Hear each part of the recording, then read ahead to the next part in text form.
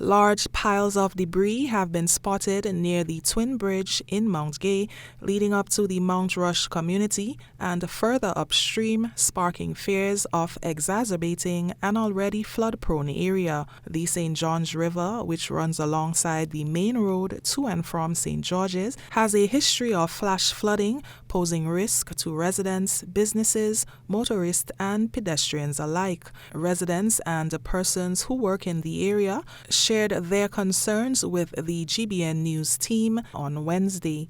Yeah, what they're doing, they're dumping all the stuff what they pick up on the side of the river and all the mud going back down on the river. They dump here, they dump there, they dump if you go buy big money to and watch over.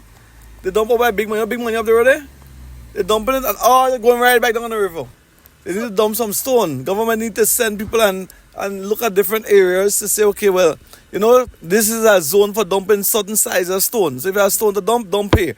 So you will save the road because you see the road breaking away, hey, the river will take away the road. And I just noticed that things being dumped there and it's not good.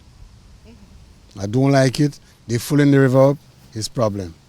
Whoever put it there to get it out, then the relevant authority had to get it out. That was nice. GBN reached out to Kevin Blash, the Chief Technical Officer in the Ministry of Infrastructure, who addressed the issue, confirming the ministry's awareness of the situation. Just to clarify, the persons who would have engaged in this activity is not persons who were employed by the government of Grenada, or at least not by the Ministry of Infrastructure in particular.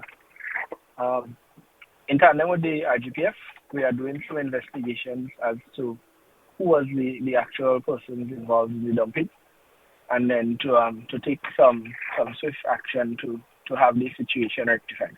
Blash cautioned against dumping debris along riverbanks, emphasizing the potential for worsened flooding and damage to surrounding areas.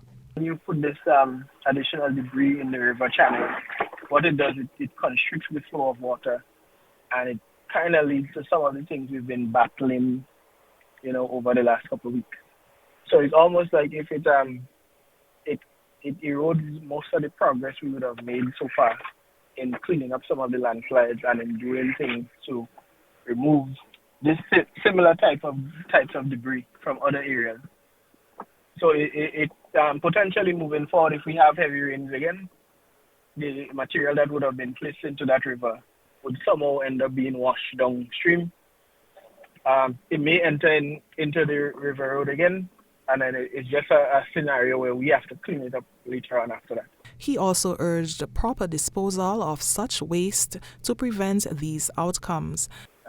There are lots of persons who are around probably looking to fill up an area of land close to their property that may have, that may be, hilly or so. So there are other options in terms of disposal, as opposed to putting it into the river.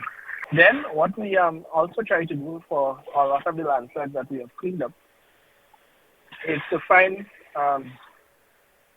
areas within Crownlands, especially at some of our estates, where we do agricultural production, that we find areas there where we relocate the soil that would have been moved out from these areas as well.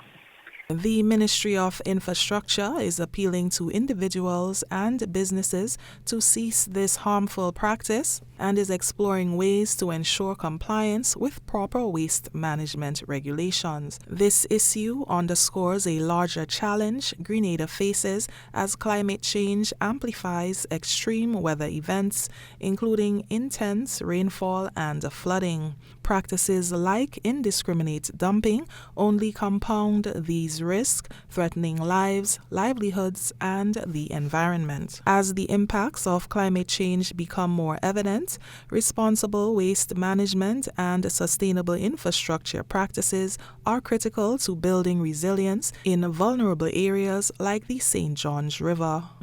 For GBN News, Nisha Paul.